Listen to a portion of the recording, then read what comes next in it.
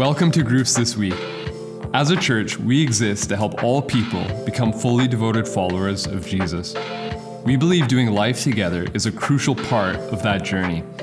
During this time, we're going to unpack and dig deeper into the sermon we heard this past week. Let's dive in as we continue to grow in our faith, knowledge, and love of Jesus together.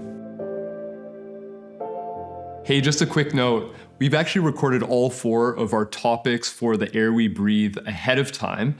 And so because each of the campuses are going to be working through each of the topics at a different point in time, you can select the appropriate video for your campus. So you can go to our YouTube channel to find them, or if you're on the CA webpage right now watching this video, you can click the link right below this video that says watch past video group guides to find the appropriate topic. Well, hey, community groups. This past Sunday, we were looking at the topic of equality in our series, The Air We Breathe. And so, David, on the topic of equality, can you just tell us a bit about why have we or how have we come to value equality as a society? Yeah, I mean, it's one of those things that we take for granted, right? It's the air we breathe. Ergo, the name of the series, The Air We Breathe, because it's all around us. We if you ask the average person, do you believe that all people are equal? They would say, of course. But the thing is that this idea of equality is not self-evident. Mm-hmm. In fact, for most of human history, if you look at society, if you were to say, are all human beings equal? The answer would be no, absolutely not.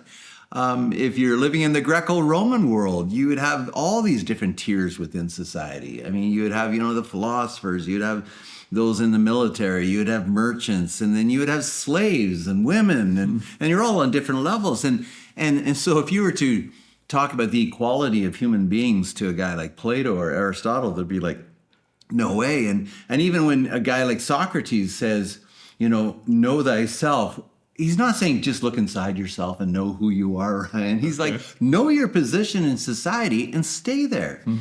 And so this idea of equality is not something that's self-evident, nor has it been throughout much of human history, but it comes on the scene because of the Christian Revolution, because of this radical idea that every human being is made in God's image and has dignity and value. And so it's this idea of the imago Dei, that we're made in God's image, that lays the foundation for this idea that all human beings are equal. And without the imago Dei, we're in a lot of trouble. Yeah.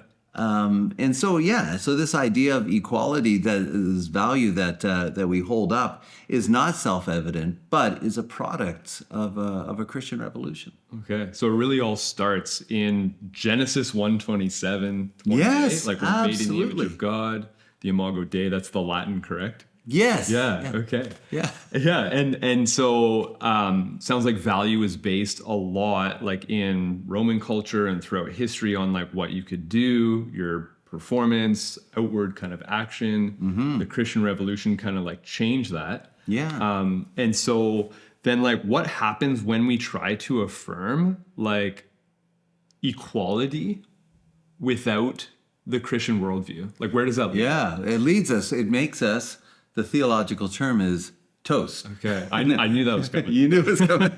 Well, no, but it's so important because without the imago Dei, without that foundation, on what basis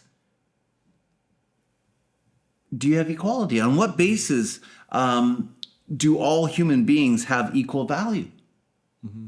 Without the imago Dei, without the image of God, then you have to come up with other criteria for the value of human beings. And so what other criteria can you come up with? Well, how valuable, how useful a person is.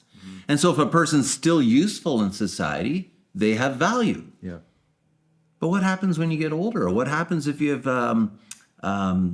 mental disabilities? Or what happens if you have physical disabilities? Does that make you less valuable?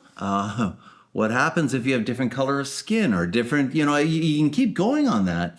And that's why the image of God is so important. Because without that, you have to look for other criteria for our value. And this is where things get a little dodgy. Yeah.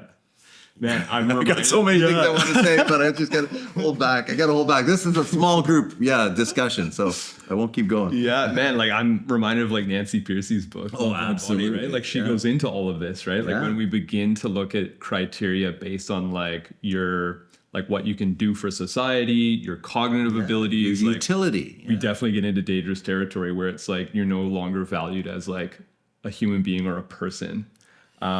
Man, like the implications are probably unending.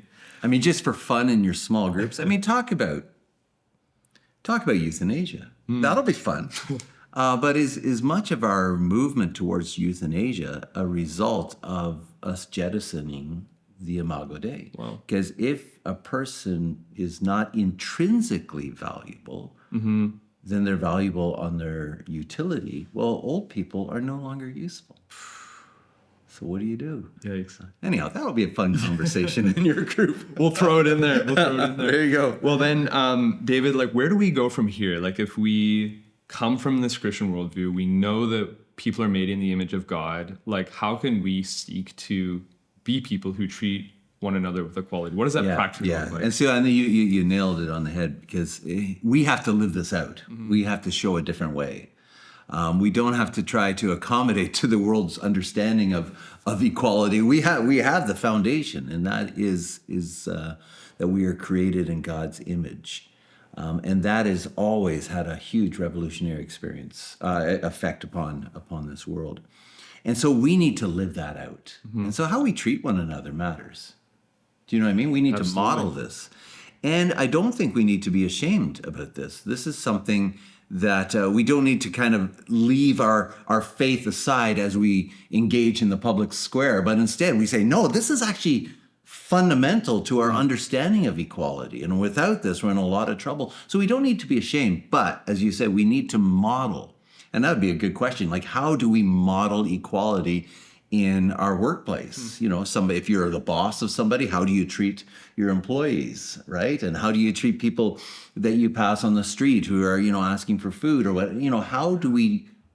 Because it's one thing to say it; it's the other thing to live it. Wow, I think that's really important. Yeah, and I think that's just like what we see in the person of Jesus, right? Like he's always associating with the lowly, the outcast, the rejected. Like it's the woman at the well. It's hanging out with the tax collectors and the prostitutes, and like just being with the people that those of higher classes wouldn't even associate with, right? It's like he's recognizing the dignity in these people. Well, like demonstrating their equality. Absolutely. Well, and that's why it was such a revolutionary idea, because you think about it, in the Greco-Roman world, you would have a slave who's a non-person. He's a living tool. That's what Aristotle would call him, a living tool. He's not even a person.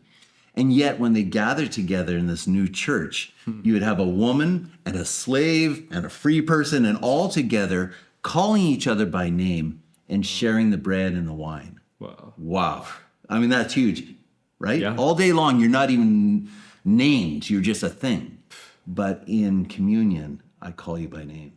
That's incredible. Come on, this is powerful. Yeah. David, do you have any like New Testament verses or passages that just kind of like continue the Imago Dei? Oh, absolutely. You can keep going. You go. I mean, the entire book of Philemon would be an example, but Galatians 3:28, right, where Paul says, in Christ there's neither slave nor free, male nor female, Jew right? Or Gentile. Jew or Gentile, but we're all one in Christ. I mean, that's a powerful passage.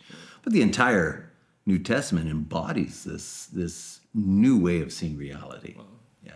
And this is something I think we need to recover. Totally. Man, I'm just seeing how this series really serves as like an apologetic for the Christian faith, right? It's like, how can you arrive at equality or freedom or whatever without like a Christocentric worldview? Yeah, that's right. And apologetic, meaning not we're saying sorry, but we're actually defending what we hold to be true, right? The apologia. Yeah, absolutely.